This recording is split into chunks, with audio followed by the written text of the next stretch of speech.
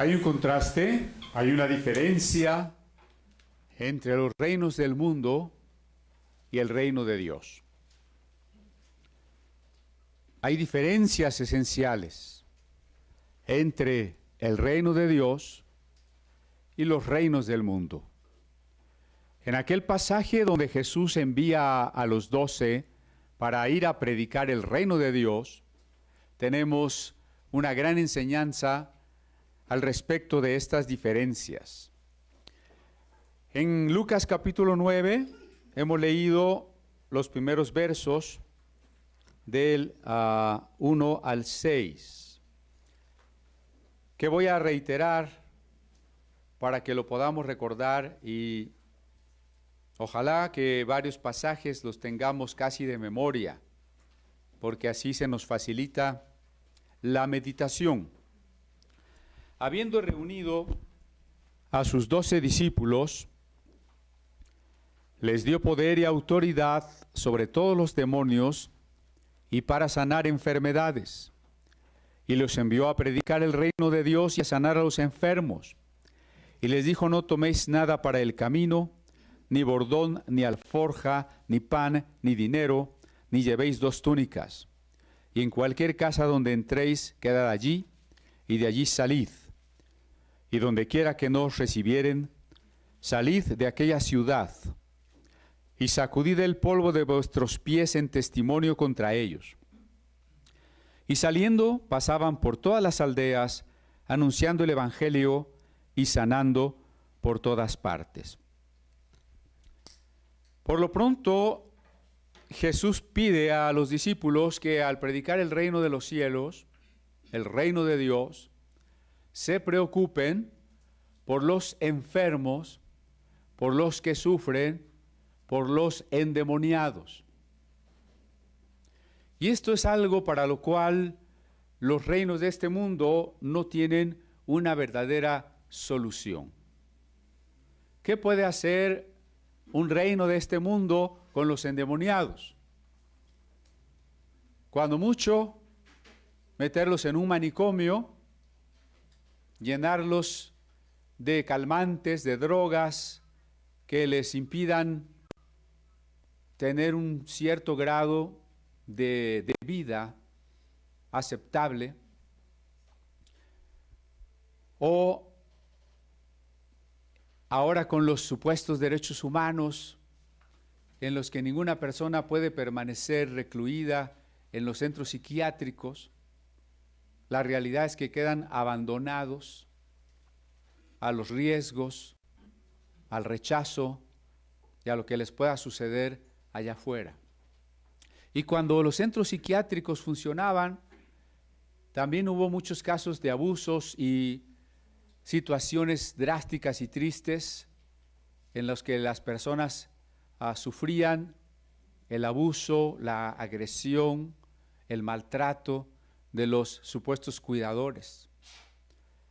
La psiquiatría, que utiliza medicamentos, sustancias químicas para modificar la conducta. La psicología, que intenta a través de terapias sin medicamentos trabajar con las personas.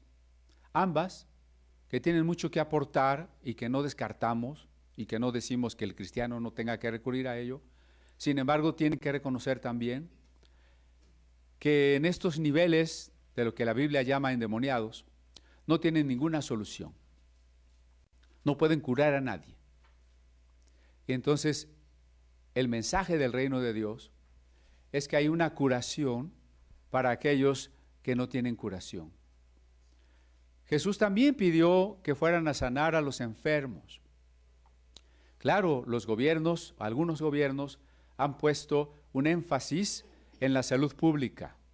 Y hay que reconocer que en el último siglo los avances en salud pública han añadido incluso un índice a el promedio de vida de cada uno de nosotros.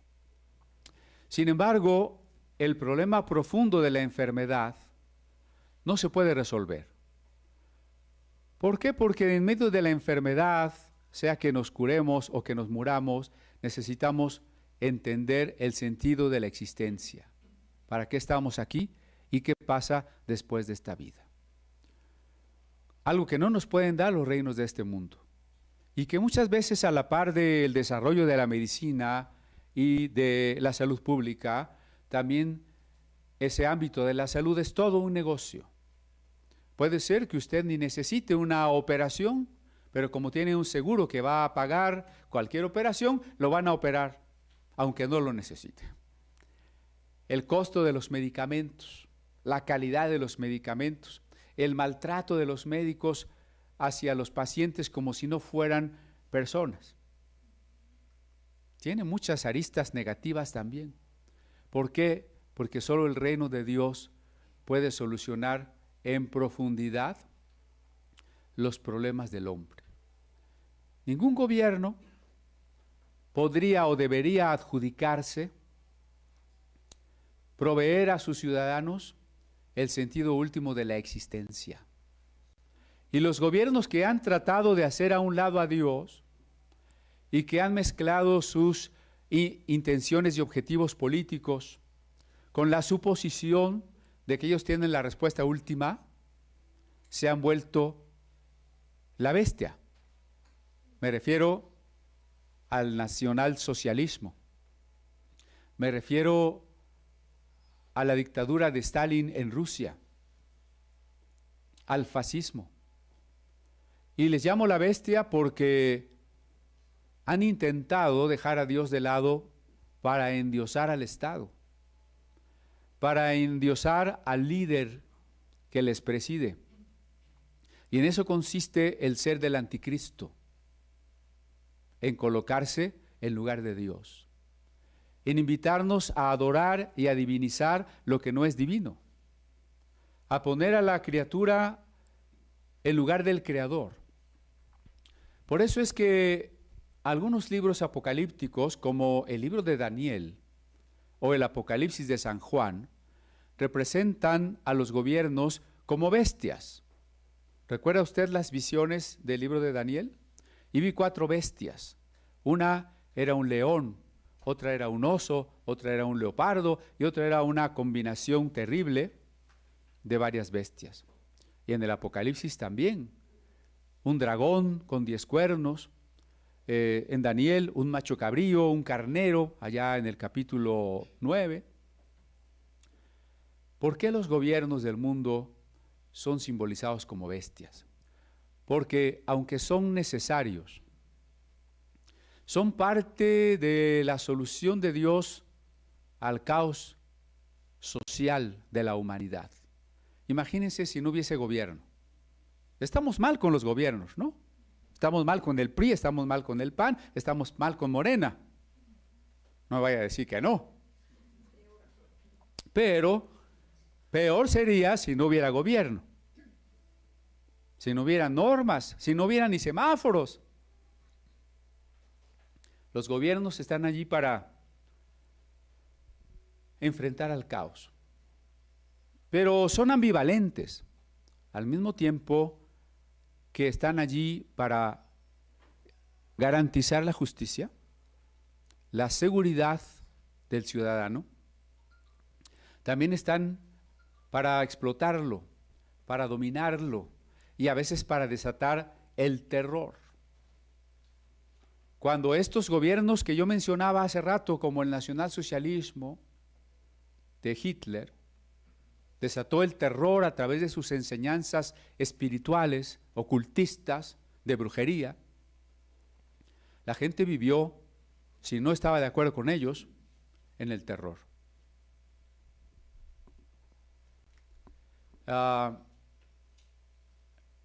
En la Rusia stalinista hubo una purga, el asesinato de más de 10 millones de personas, ciudadanos del régimen. Por eso la Biblia, al llamarle un monstruo, también podría identificarse con el Leviatán, aquel monstruo mítico mencionado sobre todo en el libro de Job. Y es un filósofo del siglo XVII llamado Thomas Hobbes, un filósofo inglés, cristiano, que escribe un libro que se llama Leviatán. y en el que discute sobre la naturaleza del Estado. Para abreviar, los reinos de este mundo, siendo necesarios y teniendo más aciertos algunos que otros, sin embargo, también son bestias. Ninguno de ellos nos va a traer la justicia permanente y ninguno de ellos puede resolver los problemas del ser humano, esos problemas últimos que nos relacionan con el sentido de la existencia, el para qué, el propósito de nuestra vida. ¿De acuerdo? Cuando el reino de Dios adviene, qué sorprendente, pensémoslo desde ese contexto, a aquellos que van a ir a predicar el reino, a aquellos que son embajadores y representantes del reino, les dice Jesús, vayan y echen fuera demonios, gracias, echen fuera demonios y sanen enfermos.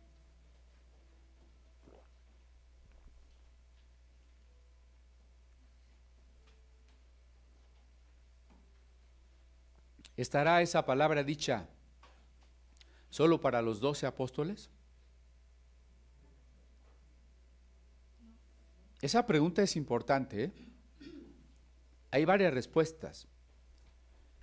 La respuesta de algunas iglesias evangélicas tradicionales, la respuesta de los testigos de Jehová y otros grupos, se llamaría cesacionismo, del verbo cesar, terminar. Cesacionismo.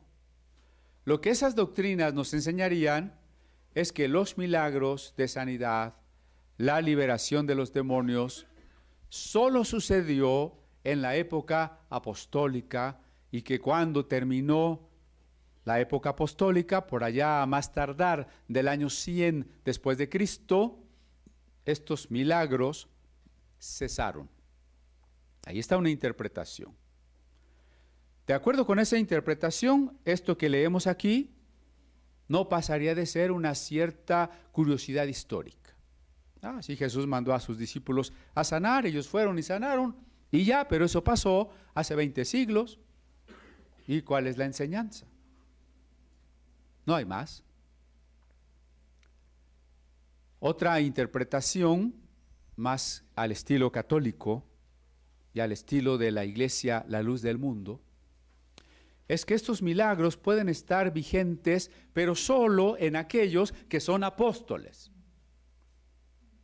En la luz del mundo, Dios tiene todo esto para una iglesia, sí, lo tiene, siempre y cuando la iglesia tenga apóstol. Y la única que tiene el apóstol para este tiempo es la iglesia, la luz del mundo. Lo malo es que está en una cárcel en Estados Unidos en este momento, ¿no?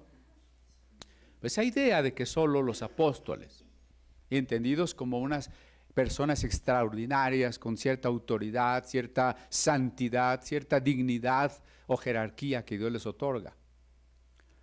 En el ámbito católico es algo parecido.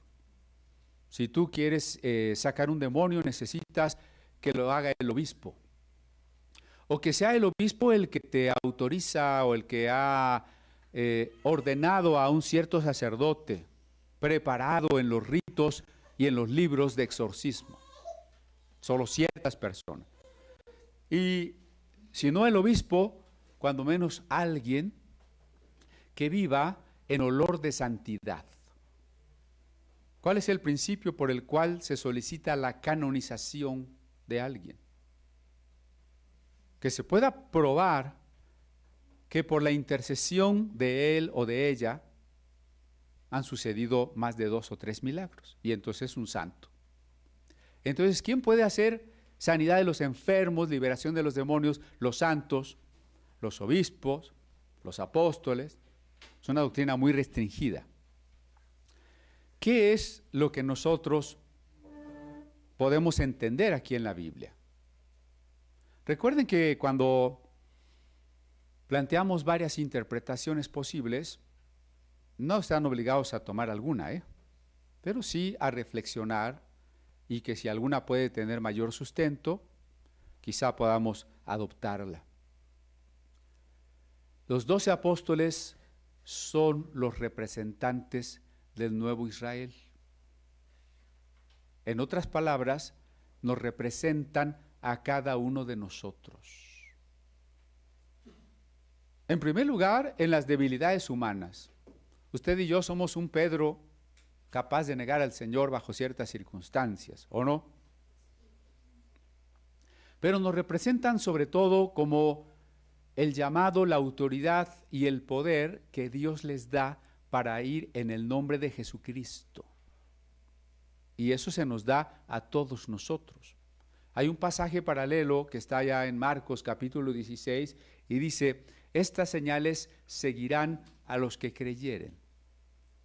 No voy a discutir en este momento el asunto de crítica textual de Marcos 16, pero siendo un texto de la iglesia primitiva de cualquier forma, lo cito. Estas señales seguirán a los que creyeren. ¿Quiénes son los que creen? ¿Puede levantar la mano los que creen que están aquí? Algunos creen de los que están aquí. Bueno, esos que creen tienen la autoridad para que les sigan las señales enumeradas allí. En mi nombre echarán fuera demonios. Sobre los enfermos pondrán las manos y sanarán. Hablarán nuevas lenguas.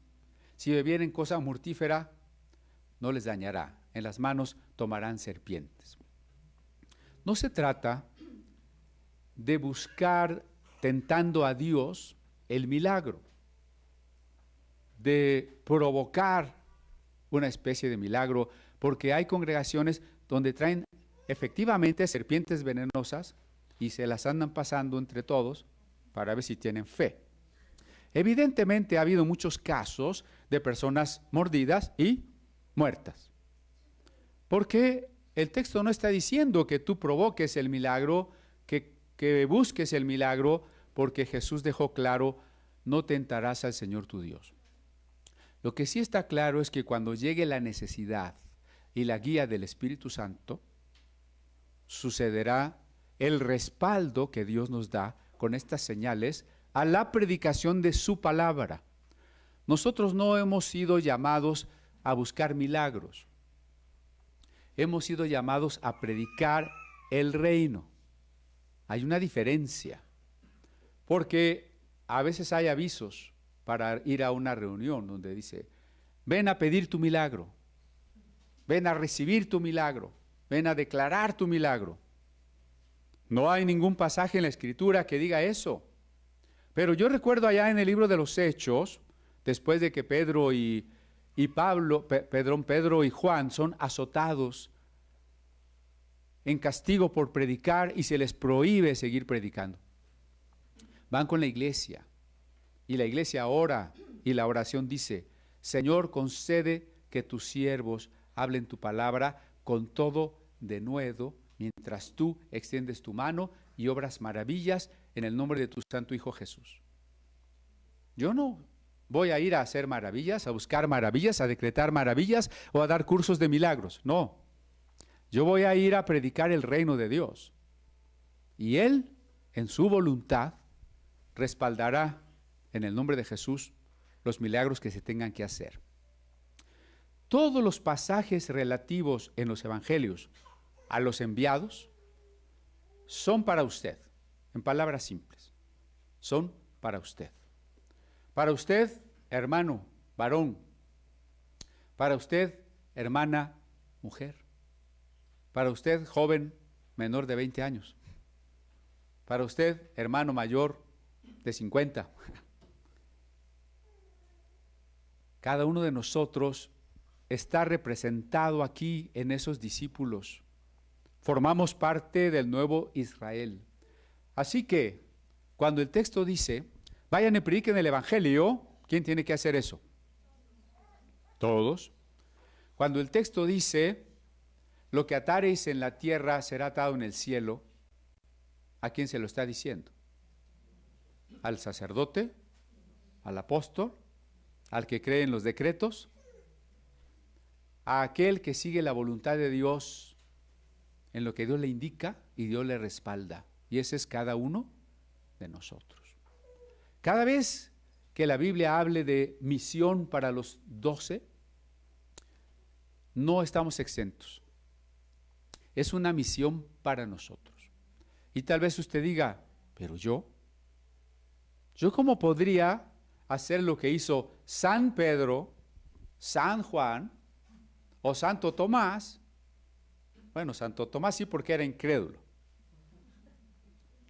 Esta semana presentamos el libro de Ernesto de la Peña sobre Santo Tomás, el Evangelio, allá en Fondo de Cultura Económica.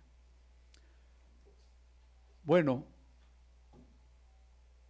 sí podemos, porque el texto que estamos leyendo aquí dice,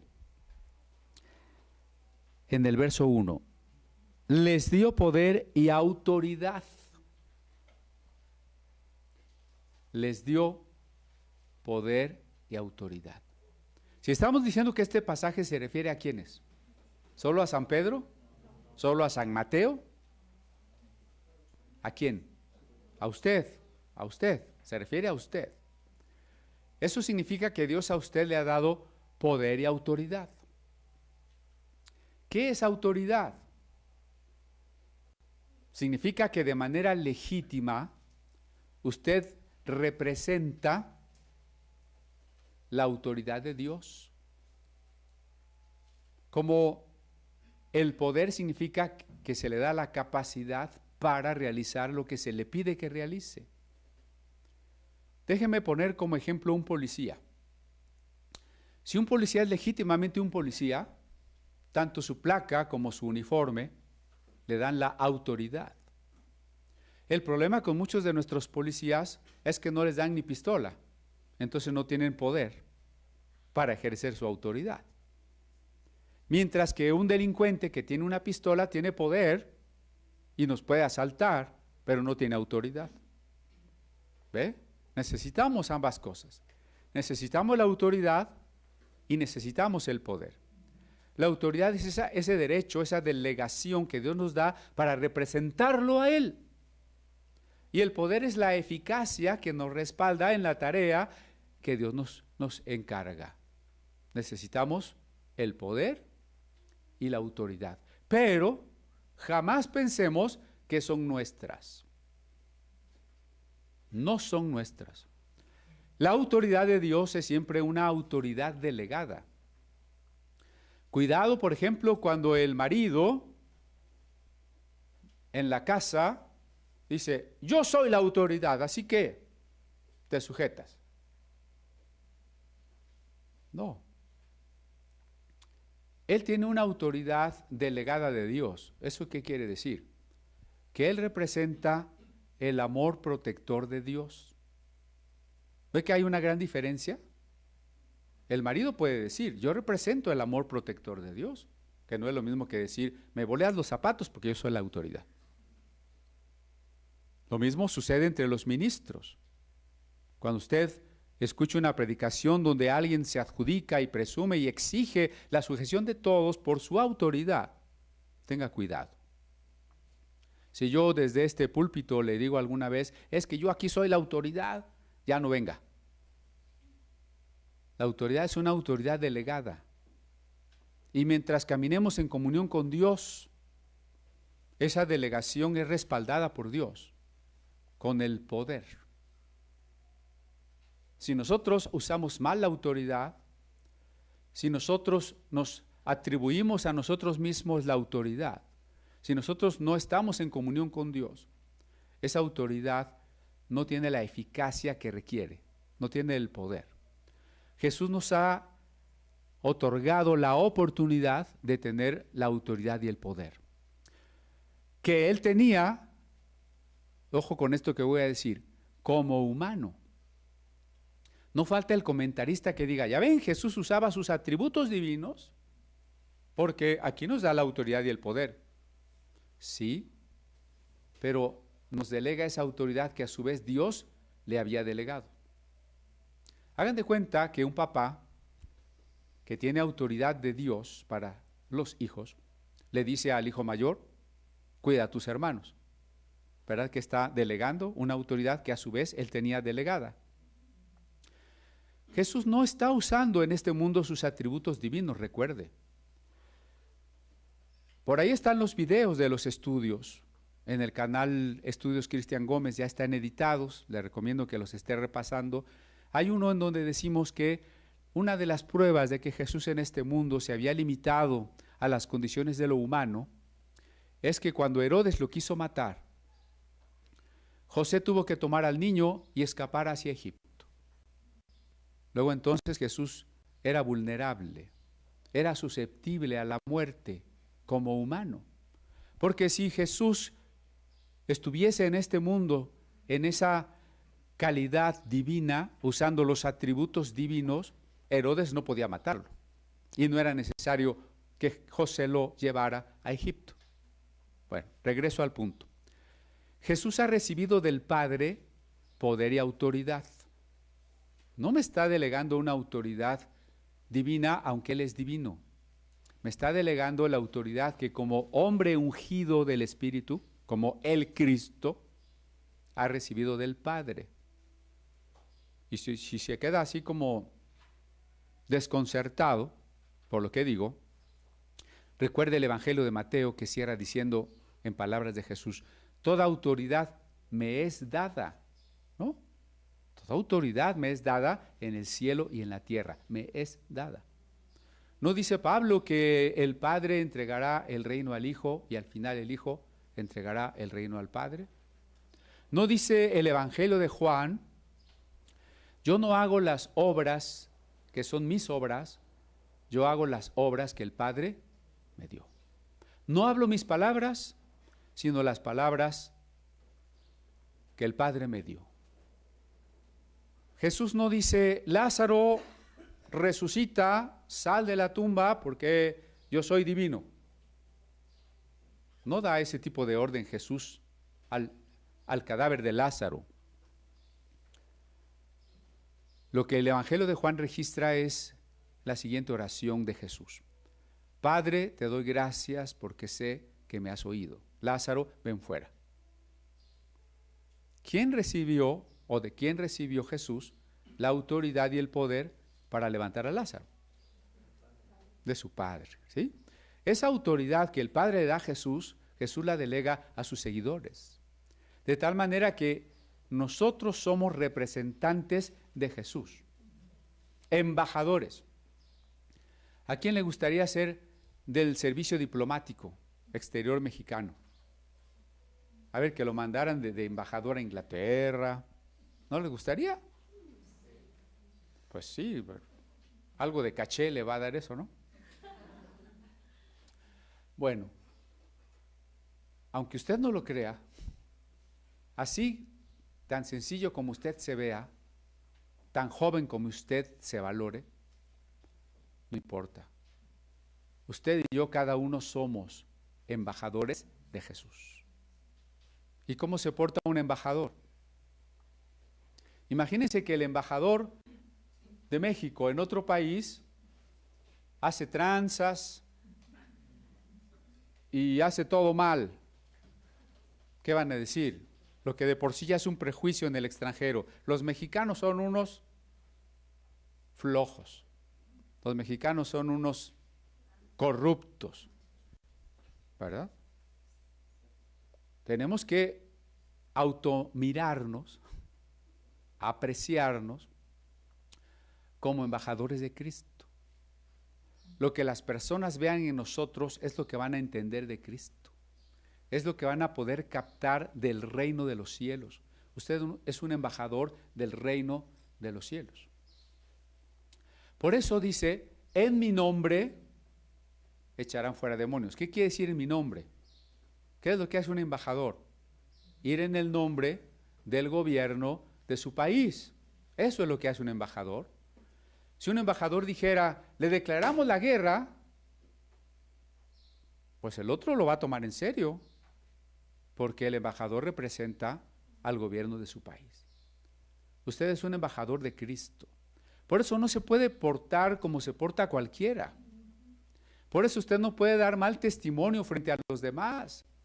Usted tiene que pensar, a ver, ¿qué va a suponer la gente acerca de Dios? ¿Qué va a opinar acerca de Jesús con mi conducta, a través de mí?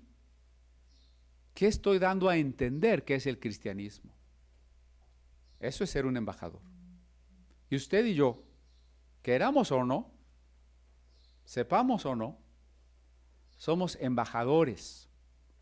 Y permítanme decir, embajadoras. Embajadores y embajadoras de Cristo. Bueno, pues tenemos un respaldo para ser embajadores. Quizá a usted le gustaría ser embajador de México en otro lado porque dice, me van a dar un carro con placas diplomáticas, un pasaporte diplomático, una casa bonita donde vivir, voy a ir a los mejores lugares, ¿no? Voy a preparar una noche mexicana para que vengan los gobernadores de este país y vean qué es la independencia. Bueno, pues de la misma manera Jesús le da a usted un respaldo para ser un embajador. Y les dio poder y autoridad. ¿Para qué? Para manifestar las cualidades del reino, echar fuera a los demonios y sanar a los enfermos. Solo permítame reiterar dos cosas. Echar fuera a los demonios de los no cristianos. Ya lo hemos platicado, pero como hay el equívoco bastante difundido de estar sacando demonios en las iglesias, sacando demonios de los cristianos, lo cual no está en el Nuevo Testamento. Y en todo caso, no pasa de ser una sugestión psicológica. Por ejemplo, cuando se enseña que los demonios salen a través del vómito, y a todos los hermanos en la entrada le damos su bolsita y su Kleenex, ya los estamos preparando psicológicamente para que todos esos problemas que cargan puedan hacerles una catarsis, una salida tipo olla express, cuando llevemos a través de la música rítmica, enardecedora, a las personas a un cierto nivel de emoción y les digamos, bueno, ahora sí vomiten. Vamos a tener colección de bolsitas. No hay demonios en los cristianos. Cuando el Señor nos manda a expulsar demonios, es una situación posible en aquellos que no le conocen. Y la necesidad de que sean liberados es para que recuperen la conciencia y la voluntad. Y si después de recuperar la conciencia así lo deciden, puedan hacerse seguidores de Cristo. ¿No? Acabamos de estudiar al endemoniado gadareno. Bien, ¿qué más dice Jesús? Dice, no toméis nada para el camino, ni bordón, ni alforja, ni pan, ni dinero, ni llevéis 2 túnicas. No solo contrasta el reino de Dios con los reinos de este mundo, en los cuales la gente que está en los reinos busca el poder, el dinero, la fama, el dominio, y debido a ello, en la lucha política se comete traición, asesinato, corrupción, robo, opresión. Esos son los reinos del mundo. Esos son los políticos del mundo. Pero también hay un contraste con el concepto de reino del Antiguo Testamento. Repásenlo, si no recuerda, el estudio del domingo pasado, donde dijimos que el reino en el Antiguo Testamento se entendía como un reino en este mundo, un reino material. Nunca se habla de la vida eterna ni de la resurrección del cuerpo. Todo se limita a tener en este mundo una larga vida en la tierra del pacto, a tener la riqueza, la buena fama, la ¿qué diríamos? ¿Cómo se dice? Bueno, una vida fructífera para nuestros rebaños, nuestras familias, etc. No hay un concepto del reino más allá. Es más, hay un concepto de reino al estilo del Corán. El Corán y el Antiguo Testamento se parecen muchísimo. Claro, el Corán salió del Antiguo Testamento, pero ¿en qué se parecen? Sí predican un Dios único, un Dios justo y un Dios que quiere la justicia, pero ¿cómo se impone la justicia? A través de un reino político incluso a través de la guerra. El reino en el Antiguo Testamento, o la teocracia, implicaba las guerras santas. Quizá algún cristiano hoy se escandalice de la yihad, de la guerra santa de los musulmanes, y diga, qué terrible, ¿cómo se les ocurre que debe de haber una guerra santa? Oiga, pero cuando usted lee el Antiguo Testamento, ¿no es lo mismo? ¿O a veces peor? Ay, pastor, ¿no estará exagerando? ¿Por qué digo peor? Deuteronomio, Jueces, Primero de Samuel, no dice claramente, y vas a tal ciudad o vas a tal reino y los matas a todos, hombres, mujeres, niños, animales. Es otro concepto del reino, no es el reino que está predicando Jesús. El reino que está predicando Jesús es sana a los enfermos y echa fuera a los demonios. El reino del Antiguo Testamento es conquista la tierra y mátalos a todos. Como ya les he dicho otras veces, mata a los amorreos, a los fereceos, a los gergeseos, a los jebuseos y a todos los feos. Y quédate con su tierra, ¿no? Son dos conceptos de reino muy opuestos. Ya platicamos de que la revelación es progresiva. Si los pueblos que estaban en formación y se dan cuenta que otros pueblos pueden venir y aniquilarlos, que necesitan un lugar donde vivir y que siendo pueblos pequeños a veces logran una victoria contra pueblos más poderosos, todos ellos adjudican a Dios esas victorias, esas batallas. Como lo hace incluso a veces el deportista, aún el deportista que gana, dice, gracias a Dios. O al menos eso espera, que Dios le dé la victoria, ¿no?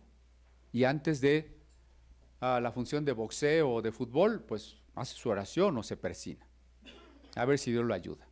Y si gana, pues dice, Dios me ayudó. Ese era el concepto del Antiguo Testamento. El concepto del Nuevo es otro. El reino de Dios es un reino espiritual. No tiene que ver con conquistar una tierra en este planeta. Por eso ni siquiera le recomiendo, y usted ha visto que nunca hemos organizado aquí un viaje a Tierra Santa. Es un reino del Espíritu que no tiene que ver con que la iglesia pretenda ser una institución con poder político. En el texto anterior les hablé de un Jesús que no se impone a los gadarenos que lo expulsan. No es el Cristo Rey de los cristeros. No es el Cristo de la derecha norteamericana. No es el Cristo de los cruzados que tienen que ir a hacer la guerra contra los infieles. La iglesia no es una institución que vía la violencia tiene que imponer el reino de Dios. El reino de Dios es espiritual. No podemos ni estamos llamados a imponerlo, estamos llamados a predicarlo. Y nuestras armas son el amor, que se preocupa por los enfermos y les sana cuando el Espíritu Santo nos indica. Reitero eso, cuando el Espíritu Santo nos indica. Nuestras armas no son carnales. No nos dejemos llevar por la idea de que alguna vez la iglesia tendría que organizarse y enfrentar a sus perseguidores y hacer acopio de armas y entrenar a los jóvenes y volverse una entidad fuerte. Y tal vez usted diga, bueno, eso está muy lejos. No está muy lejos. La mayoría de iglesias de la Reforma levantaron sus ejércitos y lucharon contra los ejércitos católicos. Claro, eso es muy complicado. ¿Qué hubiera pasado si no lo hacen? A lo mejor la Biblia no le hubiera llegado a usted. Solo Dios sabe. Una cosa es cierta, Jesús no nos invita a usar la violencia, y Pablo lo dirá, no tenemos lucha contra carne y sangre, es decir, contra personas físicas, sino contra entidades espirituales. Por eso el reino de Dios para nosotros tampoco es la riqueza material. Ese es uno de los errores de la teología de prosperidad. Pensar que si tenemos fe, que si estamos con Dios, que si somos hijos de un Padre rico, dueño del oro y de la plata, tenemos que ser ricos. Y pone de ejemplo a Abraham, a Salomón, a David, a Job. Y dicen, bueno, si Job era muy rico, si Salomón era muy rico, pues usted tiene que ser muy rico. Si ellos tenían un reino material, pensaban en el reino de Dios como un reino en este mundo. Cuando Pilatos le preguntó a Jesús, luego, ¿tú eres un rey? Es porque Jesús le dijo, mi reino no es de este mundo. Si fuera de este mundo, mis servidores pelearían. ¿Ve? La iglesia no es una institución que tiene que pelear. Y podríamos decir análogamente, si mi reino fuera de este mundo, mis servidores serían ricos. Mis servidores tendrían buenos puestos políticos. Y no es así. Si en aquella teocracia física se quería ver la bendición de Dios en el número de camellos, de ovejas o de bueyes con los que se contaba, también se veía en el número de esposas que se tenían. ¿Quiere usted regresar a esa teocracia? ¿Quieren las mujeres ser parte de un harem? ¿Quieren los hombres la responsabilidad de mantener un harem? Creo que no. Es otro reino. No es un reino de este mundo. Es un reino espiritual. Por eso siempre tenemos que ir más allá del Antiguo Testamento, a la lectura que hizo Jesús de la ley y los profetas. A diferencia de los reinos del mundo y de esta idea de la riqueza, Jesús dice, ahora que los estoy enviando, cuando ustedes vayan, no lleven mochila, no lleven bastón, no lleven otros zapatos, no lleven otro suéter, no lleven un buen fondo monetario, una tarjeta de crédito, no lleven ni tortas. Ay, Señor, ¿no estará eso medio exagerado? Porque si nosotros vamos a ir a hacer una tarea, pues sí quisiéramos ir bien pertrechados. Sobre todo las mujeres que para 2 días de viaje llevan 3 maletas y hasta la licuadora y el molcajete. Pero vean cómo Jesús dice, no lleven nada. ¿Qué significa eso? Claro, hay que entender el contexto. Parece que había, no estoy seguro, pero lo comento, el Talmud registra que para ir al templo no se tenía que ir con cargas de tipo las mercancías que uno iba a vender o que acababa de comprar. ¿Cuál era el propósito de eso? Tener claro a qué íbamos al templo a adorar y no que se prestara a revolverlo con otras intenciones. Usted sabe que en la vida de comunidad se puede prestar a veces a otras intenciones. Sí, al mismo tiempo que somos hermanos, debemos ser amigos y ayudarnos unos a otros. Yo le invito para que nunca intentemos de ver en la iglesia un buen terreno para hacer nuestros negocios. Bueno, pues yo me inscribí a una de esas sectas de los multiniveles. Y ahora voy a vender unas aguas milagrosas para llegar yo al primer nivel. Ya saben los que son los multiniveles, ¿no? ¿Sí saben o alguien no sabe? En esas sectas de ventas se le dan cursos en donde le hacen pensar que usted se va a volver millonario cuando llegue a los niveles de más arriba y que nada le debe detener en ese sueño, porque todos los que no estén de acuerdo con el sistema de multiniveles son unos mediocres. Y entonces allá va el hermano y dice, ¿dónde podré lograr crear mi primer nivel? Pues en la iglesia. Hermano, te invito para que vendas Herbalife. Te invito para que vendas Omnitrition o no sé qué otras marcas. Y ya queremos hacer nuestro negocio en la iglesia. No, la iglesia no está para hacer negocios, pero Lo pongo como ejemplo de lo que está diciendo Jesús. Cuando le dice al enviado que no lleve nada, la intención última, más allá de la literalidad, es que en el hecho de ser enviado, en el acto de ir, no debemos permitir nada que nos distraiga del verdadero objetivo. Por ejemplo, no llevéis alforja. La alforja era una especie de morralito, diríamos acá en México, donde el predicador itinerante iba echando lo que le daban. Eso en sí no es malo, pero aquí es un símbolo de la mezcla de motivos. Yo voy a predicar, sí, porque me gusta predicar, porque sé que tengo que predicar, porque la gente tiene necesidad, pero también porque me van a dar. Ahí hay una mezcla de motivos. Y muchas veces cuando el predicador es invitado, dice, bueno, sí, ¿y cuánto me van a dar? Y si no, no va. Porque hay unos que cobran en dólares y exigen hotel de 5 estrellas. Aunque usted no lo crea, diría Ripley. No mezclemos motivos en la búsqueda de la seguridad, del enriquecimiento, porque si algo es claro en este texto, es que la fe es depender absolutamente de Dios. Si soy enviado, sí, bueno, soy enviado, pero a ver cuánto me van a dar para que pues no me vaya a faltar nada. Puede ser que te den algo, puede ser que no te den nada. Puede ser que te den y te asalten aquí a 2 cuadras y de todas maneras te vayas sin nada. ¿Cuál era más o menos la idea?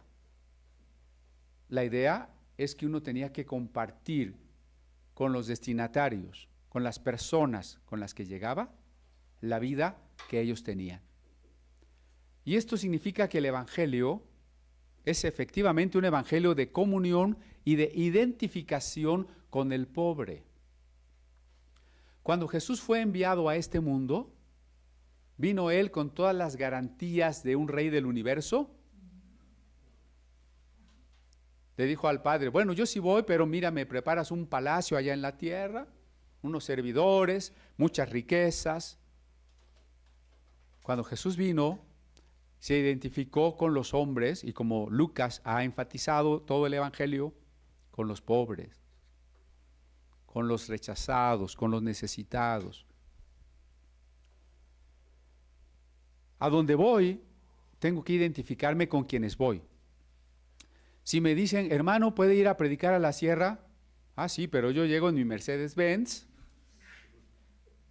yo voy con mis trajes muy caros, y además, pues me tienen que dar una buena ofrenda, aunque sean gallinas, pero buena ofrenda. No. Uno llega y debe de llegar porque el pasaje aquí se refiere a personas no creyentes. ¿Pueden imaginar a estos apóstoles llegando a un pueblo donde nadie los conoce, tocar en una casa y empezar a anunciar del evangelio? Ellos están a expensas de que en esa casa le digan no y le cierren la puerta. O quizá que en esa casa le digan, sí, pásese, ¿quiere un vasito de agua? Pues sí, pero después de 3 casas ya me llené de agua y me estoy muriendo de hambre. Hay que esperar, tal vez alguien le diga, siéntate a la mesa. Y cuando llega la noche, tal vez se tenga que quedar en la calle o tal vez alguien le diga, quédense a dormir. Vamos a expensas de lo que Dios nos provea. En la calidad en que Dios nos provea. Algunos hermanos misioneros de primer mundo, algunos, no todos, ¿dónde creen que se quieran hospedar? En las buenas casas, ¿no? En las buenas casas. Conocí yo unos misioneros que pues usaban pura agua de garrafón hasta para bañarse. No es un hacerse uno con la comunidad a donde llego. Yo creo que esto hay que reconocerle a los misioneros del Instituto Lingüístico de Verano. Australianos, americanos, alemanes, que llegaron a comunidades indígenas de nuestro país, para vestir, vivir, comer como ellos, y se quedaron ahí 30 o 40 años para traducirles el Nuevo Testamento a su lengua. Esto es no llevar alforja, esto es no llevar nada. Dependemos de lo que Dios quiera que las personas a donde vamos nos den, sin que nosotros pidamos. Eso es importante, ¿eh? No vaya a ser una pequeña trampa de ayudarle a Dios un poquito, como lo hizo Sara y Abraham, ¿no? Bueno, que vamos a tener un hijo, bueno, vamos a ayudarle a Dios un poquito. A ver, Agar, ven para acá. Sí, Dios me mandó sin nada, yo me voy a ayudar un poquito y, oiga, hermanos, ¿no tendrán una ofrendita por ahí? Nosotros no pedimos. Si usted tiene necesidad, nunca pida. No vaya a ser que un día desde el púlpito, hermanos, pues fíjense que ya tengo hoyos en los zapatos. ¿Qué estoy provocando con eso? Lástima. Una especie de chantaje para que ofrenden. Y pues ahí van a ofrendar tanto que a lo mejor hasta ya me compro unos buenos zapatos y varios pares. No pedimos. Esperamos en Dios, debemos esperar en Dios. Esa es la enseñanza. Debemos esperar en Dios. Y dice, a la casa que lleguen, ahí quédense. En la casa que los reciban, quédense todo el tiempo que estén en esa ciudad. Porque convivir con las personas no es tan fácil. ¿Qué tal que a los 2 o 3 días de estar en esa casa, pues ya no me llevo muy bien, la cama tiene chinches? Digo, no, mejor me voy allá con el otro hermano que tiene mejor casa. Quédate donde te reciban.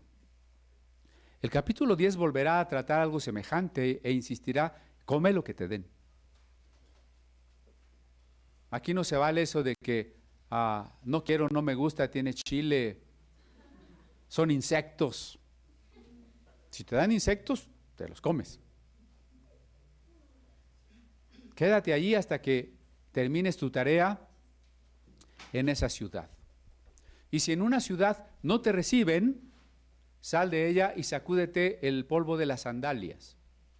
De hecho, los judíos más ortodoxos, al pasar necesariamente por una ciudad gentil, al salir de esa ciudad, sacudían los zapatos como diciendo, no me llevo nada de estos gentiles impuros.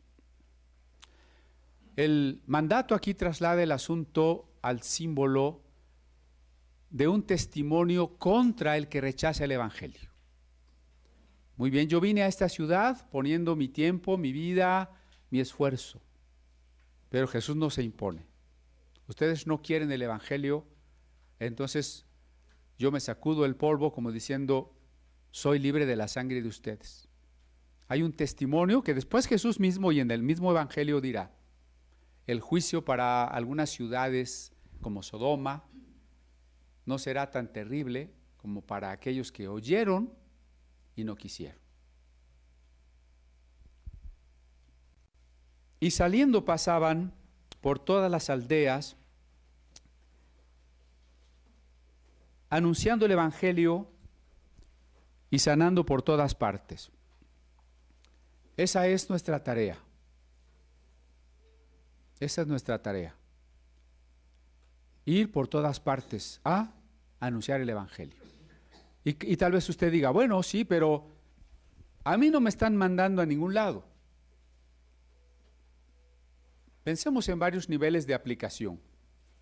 Uno es que efectivamente usted pudiera estar dispuesto a que en el tiempo de Dios, y quiero recomendarle, busque en YouTube la primera sesión de teología pastoral. Ponga ahí teología pastoral, Museo de la Biblia, y le va a aparecer de hace 2 semanas una clase de 3 horas sobre el llamamiento, sobre el tiempo de Dios, sobre el Espíritu Santo en el llamamiento que Dios nos hace. Véalo por favor y complete con ello la plática de hoy. Y si llega ese momento en que Dios dice, tú te vas a evangelizar a tal lado, usted tiene que estar listo e ir. Pero también hay otra posibilidad. Usted puede ir sin necesariamente dejar las actividades más importantes de su vida cotidiana.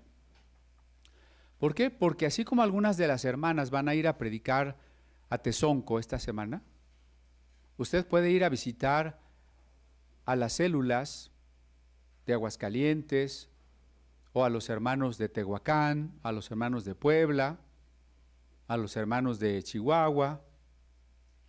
Podemos ir a trabajar, a apoyarles, a consolarles, a animarles. Todos tendríamos que involucrarnos. Puede usted ir a las células que tenemos aquí en la ciudad, y no solo la persona que nos recibe en su casa, sino nosotros podemos apoyarle para ir a invitar a otros. ¿Ve que no está lejos la posibilidad de servir? Usted no diga, sí, eso fue para los 12, pero hace 2000 años. Usted no diga, bueno, sí, cuando me manden allá a la Sierra de Oaxaca, pero ahorita no voy a ir. No, pero ahorita usted puede ir a algunos lados. Ahorita ya puede usted hacer esta tarea de la que hemos estudiado. Puede ahora mismo. Y en un último nivel, este ir y predicar, este ser embajador, se realiza cotidianamente en su escuela. ¿Será que sus compañeros lo ven como un embajador de Cristo? ¿O como uno más de todas las nuevas olas? El más relajiento. Sí me han tocado casos tristes, que me han dicho, oye, pues nos enteramos que Perenganita es cristiana y fíjate que en la escuela es la peor, es la más loquita. Somos embajadores de Cristo ahí donde estamos, en el trabajo, en el vecindario. ¿Cómo lo conocen los vecinos a usted? ¿Como el más conflictivo, el más enojón, el más chismoso, el que no saluda? ¿Cómo lo conocen los vecinos? ¿Cómo lo conocen en el trabajo? El flojonazo, el impuntual, el que mancha los expedientes con la torta. ¿Cómo lo conocen? ¿Es usted un embajador de Cristo? Ahí donde está y todos los días, usted es un embajador de Cristo. Este pasaje es para nosotros. Confiemos en el poder y la autoridad del nombre de Jesús. Frente a estos desafíos de predicar, de evangelizar, de sanar y de expulsar demonios, no estamos solos. Tenemos el poder y la autoridad de Cristo, cada uno de nosotros, sin excepción, todos somos embajadores. Amén.